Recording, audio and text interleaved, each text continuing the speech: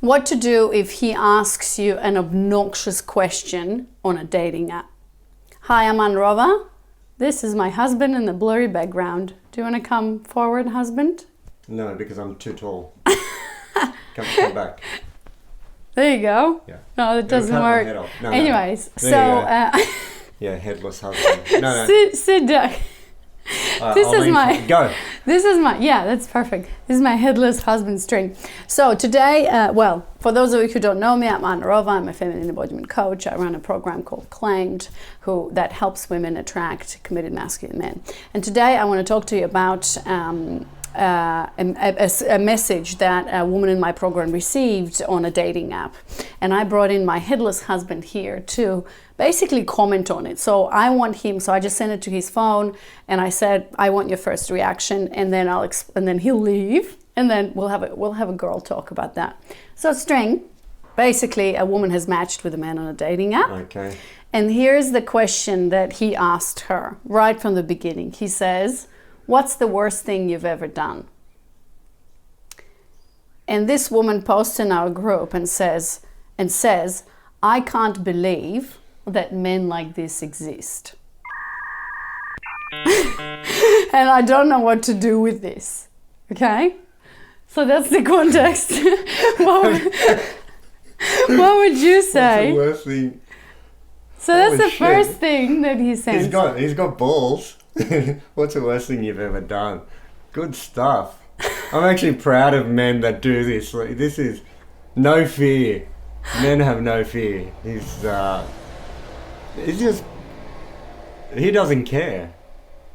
He doesn't care about what? How long? This is the first message. This is the first. So they've just matched. So he liked her photo. Like photo. And then start the chat. So she started the chat with him. Okay. I'm assuming it's like Bumble or whatever. And that's the first thing that he writes. What's the worst so just thing you've ever done? Explain to us, why would a man send this message? And how should this woman react? I think for me it goes to a sexual context, because if you're matching on an app and you're asking what's the worst thing you've ever done, he's probably just looking for something dirty, a dirty response. I mean, what kind of answer would you expect? I hit someone's car and I didn't leave a note on it. Okay, but could there be a possibility that that's just an icebreaker? Let's say, could there be a possibility that he's just funny? He's got balls. Like, it could be a million different things. Like, you laughed at it when you saw it. Yeah, because I think it's awesome. What's the worst thing you've ever done? I think he's a guy who isn't scared. He's not scared of rejection, because if he's sending that to one girl, I'd assume he's probably sending it to a bunch. Yeah. Okay. That's it. Thank you. That's it. You can leave now. Bye-bye. No. That's I want to meet this guy. Yeah, we can hang out. I love it. All right. So, bye-bye, String, headless husband. Coffee. I wanted to share with you this message because, and we've got like different comments. Some women in the group are saying, oh my God, no, that's like a red flag, no, unmatched, delete, whatever. But some women, which I agree more with those women, and those women are I feel like have embodied more of Acclaimed principles. And what I teach in the program is that, when you get a message like this that really triggers you, and the first thing is like, I can't believe that men like this exist, you're assuming immediately that this man, that his intention is harm. String came back, he thought about this. I was going, yeah. Why doesn't she can just play with it. Like, don't treat this as a potential date. But just have fun with it. Like, what's the worst thing you've ever done? Just say, drown my cat, and just leave it at that, and see what happens. Is he looking at, and then you'll see where it's going to strangle the dolphin. Yeah. I strangled my neighbor's little puppy. Yeah. Okay, thanks, String. Yeah, so great idea, right? So first thing is I wanted to share that like right away, immediately, when your whole system is triggered and you don't trust men, and this woman is kind of new to the program, of course you're going to read them and be like, oh my God, what an asshole, right? and it'd be like, I'm out. And you should totally do that if, you know, if in your system you just can't imagine a different scenario. But I'm here to just expand the possibilities here, right? And because what I see a lot is that women receive a message and they read between the lines. Like, you have no idea, like, it's just one message, there's not even a question mark, right?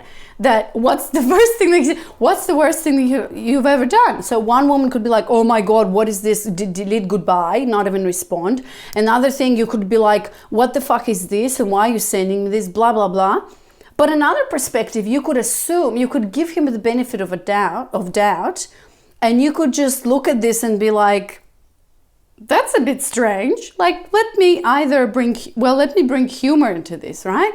Because it's a story in your mind that you've created. So for example, in this woman's case, which I totally understand, she created a story in her mind that I can't believe that men like this exist. Who would ever ask a question like that?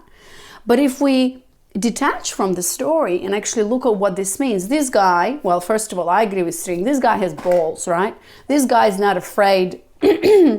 Is not trying to be nice or whatever. This guy's going for it, and this is masculine energy. This is actually something admirable, to be like, wow, okay, this guy is like really forward with it, right? So we are attracted to men like that. This is masculine energy. Now, of course, he can be a total idiot or a psychopath or whatever. Well, hopefully not, but do you know what I mean? He can be the unhealthy masculine that we don't want, but he could be just a guy, for example, who is, you know, looking for a woman who can banter with him, looking for a woman who can laugh at a joke. Like, if you ask String, you know, his sense of humor is pretty high out there in terms of, sometimes he tells me, you look better, you're smarter than you look. I mean, you know, what if a man told you that over the app? Or like, you're on a date and he's like, you're smarter than you look. I know a lot of women take that into offense. I laugh at this because I understand what he means. Like, I understand that this is a joke, and I really like dark humor, irony, and stuff like that. So, you know, my advice to you, if a man writes something and this is like, oh my God, I invite you to take a step back and detach from the story and give him a benefit of the doubt and say, and yeah, reply with, you know, mirror his interaction. So if he says, what's the worst thing you've ever done? I strangled the cat. That's it, right? And or turn it into a flirty thing and say, ooh, I've done so many things, I'm not sure I can share them with you, right? So I don't want to give you a text guide because I freaking hate text guides, but see if you can actually allow yourself to go towards the discomfort and try something new. And the best thing you can do is to actually go on a date with this guy and see how you feel. Well, obviously, if you can manage that, but the most important decision that you can make in a dating dynamic is when you go out with a man, sit with him in a chair and have a conversation, because you can feel the energy, you can see how you feel. If you show up and he's like totally obnoxious and like asking you weird questions and you can really see like, yeah, no, then no. But to make certain assumptions based on a mess. Maybe he's tired of, you know, women who are trying to play nice or whatever. He's a man who's looking for adventure. He's a man who wants to be with a woman who can take it, you know. And if you're not that woman, that's totally fine, and that's not your flavor. But in dating, we want to have fun. And this man, I presume, is having fun, right? Or he could be a total side, like, you don't know now, right? So I invite you, you know, I just want to share this. A woman asked me, I had an interview, and she asked me, what does it take for someone to earn your trust? And it was a really interesting question, because what I replied to her is that I don't expect people to earn my trust, because I inherently trust people. I hold the belief in my body that people are inherently good, that men are inherently good. And that's what I teach all my women to embody, all the women who work with me. Because I really do believe so, that most men and most people are inherently good. And if they're making mistakes, or even if they're making something horrible or doing something terrible or saying something terrible, in their mind, they're doing the best thing that they can with the resources available. In their mind, their actions and their words are justified.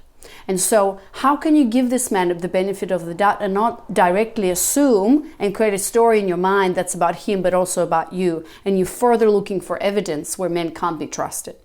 So I hope this is making sense, and I hope this is helpful. If you want to know more about my philosophy of how to start attracting amazing committed masculine men, go and sign up and register for my free training at claim.com/training. I'm going to walk you through 4 different steps that you need to take to start attracting different types of men. Thanks for being here, and I'll see you soon. Bye.